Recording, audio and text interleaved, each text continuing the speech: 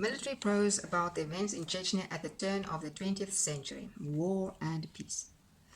Leo Tolstoy is probably the best known Russian author in the West who wrote about war. War and Peace gives us an epic description of the Great Patriotic War of 1812, when Napoleon invaded the Russian Empire only to be defeated by the strategic thinking of General Kutuzov and the unconquerable spirit of the Russian people.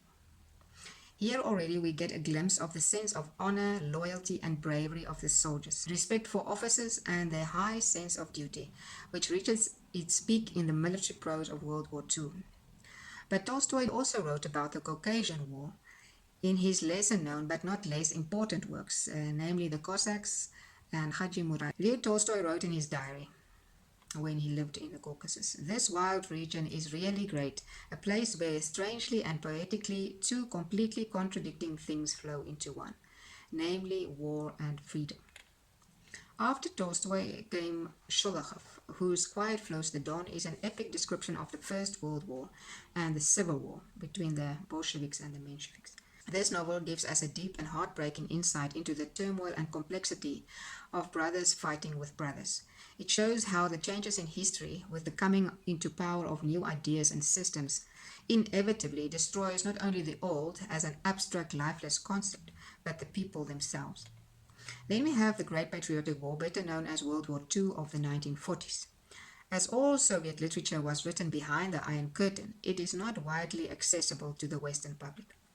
Many might write it off as social realism and prefer to focus on the work of dissidents like Alexander Solzhenitsyn's Gulag Archipelago and Boris Pasternak's Dr. Zhivago, thanks to Hollywood. During the Great Patriotic War, the Soviet Union reached its culmination, and the Soviet people, with Comrade Stalin as their commander, were victorious over Hitler.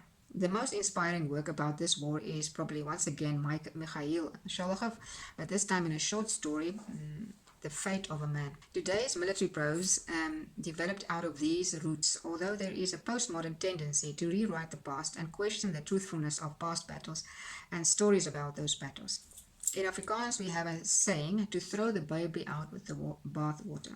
In the process of reading through a modern lens and judging the mistakes, we forget that the authors themselves could not help but write inside their time, culture, and beliefs. According to Vladimir Nabokov, in an interview with the BBC in 1969, quotable ideas are merely passing visions, suggestions, mirages of the mind. They lose their color or explode like football fish when lifted out of the context of their tropical sea. The three texts chosen tell about the events in Chechnya at the turn of the 20th century from three different perspectives, giving a broad and multi-angled view. Two common denominators bind the text together. Number one, the events they describe focus on the Chechen War. And number two, all three authors are Russian. Only Vladimir Makhanin's Asan is accessible to the Western reader, unfortunately. Alexander Prokhanov, having grown up in the Soviet Union, he is a contradictory and controversial public figure. A staunch communist, idealist, patriot, and Russian Orthodox believer. You can put all of those concepts into one person. You have Alexander Prokhanov. During the Chechen War, he was probably one of the first serious writers to write about the events. Walking in the Night, which was published in 2000, the same year that the historical events took place, is a fictitious retelling of Operation Wolf Hunt, where, in the beginning of February 2000, the Federal Army created a corridor for the Chechen fighters to escape along the Sunja River, leading them into a minefield and then mowing down survivors with air and land artillery. The real events on which the narrative is based is only a very fragile skeleton for the flesh of metaphors, imagery, heroism, political agenda, and myth with which Prokhanov creates a patriotic portrayal of the Second Chechen War. Vladimir Makhanin justified his own inaccuracies about the war in Chechnya in a radio interview on the Russian station Echo Moskvy, saying that everything written is by definition a parable and therefore only indirectly related to real events. In the center of the narrative stands Pushkov Sr. and Pushkov Jr. If you translate this into English, it would be Cannon Sr. and Cannon Jr. Father and son, representatives of the great military dynasty of bygone years. They act like mere puppets at times when the author unnaturally starts speaking through them. In their last conversation, when they accidentally meet in Grozny, Pushkov tells his son, "The past century was one of Russian victory when we fought off our horrific enemy under Stalin's leadership. When outside Volokholamsk, we stormed German tanks with bayonets, and then our tank trucks rolled over all the roads of Europe. The previous imperial century was also one of Russian victory, when we set Moscow alight ourselves, and half of our army fell on the battlefield of Borodin, and then we destroyed the field camp in Boulogne Forest, and we went on to the Champs-Élysées. Today Russia is defeated. The enemy is in the Kremlin. Despair overwhelms the Russian heart. We, you and me, again need to gain a Russian victory. Turn the coming century into the Russian century. Here in Grozny, we have to win. The Russian soldier has to believe in himself again. The people have to believe in the Russian officer and general. Russia has to believe in the army again. We will prevail, my son. We will defeat the bastards who exhibit decapitated Russian heads to the world for ridicule. This is, of course, Alexander Plekhanov's own manifesto, but it sounds not only out of place in the mouths of his characters, but difficult to digest for a 21st century reader. Litkin, a journalist hired by French television to accompany Shamil Basayev, represents all ruthless journalists putting their lives on the line at hotspots all over the world. He comes across a bit like a robot with no empathy for anyone, no fear and no conscience. Pushkov Sr. first mentions Litkin, describing him as the enemy, so Pushkov decides to use him to trick Basayev into his trap. Pushkov realizes Litkin's weak point is wanting to be the first one to film the Chechen escape from Grozny. Later we meet Litkin in person as he films the interrogation of Russian soldiers captured by Basayev's fighters. Litkin provokes Adam, the interrogator, to be more affirmative, and he smirks at Adam's inability to break the saintly Zvanar's spirit. Zvanar, if you translate it into English, means the toll of a bell. We are never given an insight into his mind and emotions, not even when Zvanar is martyred by decapitation. Why does the narrator shy away from entering his heart, but not from the heart of a ruthless rebel leader like Shamil Basayev? Major Zhilin is the central figure of Vladimir Makanin's novel Asan, which, according to Helena Safronova, closes the theme of the Chechen War once and for all. All that remains after Asan is the truth, she says, which is, of course, a serious statement to make in our age of relativism, deconstruction, and fake everything.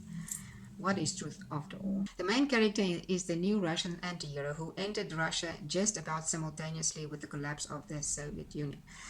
Plekhanov comes from a previous generation, and he still tries to revive the heroism of the Great Patriotic War, which of course might seem like spurring on a dead horse to pull the Russian hero out of the swamp of corruption. Today's critics like to stress that corruption in Russia is a modern phenomenon. But one only needs to read Nikolai Gogol's The Inspector General to be convinced otherwise. Of course, the propaganda machine worked very hard to destroy all evidence of corruption and mismanagement from the conscience of the Soviet patriot in the time of World War II. The main character's name is literally loaded with association. Alexander Sergeyevich recalls Pushkin, of course, the greatest Russian poet of all times.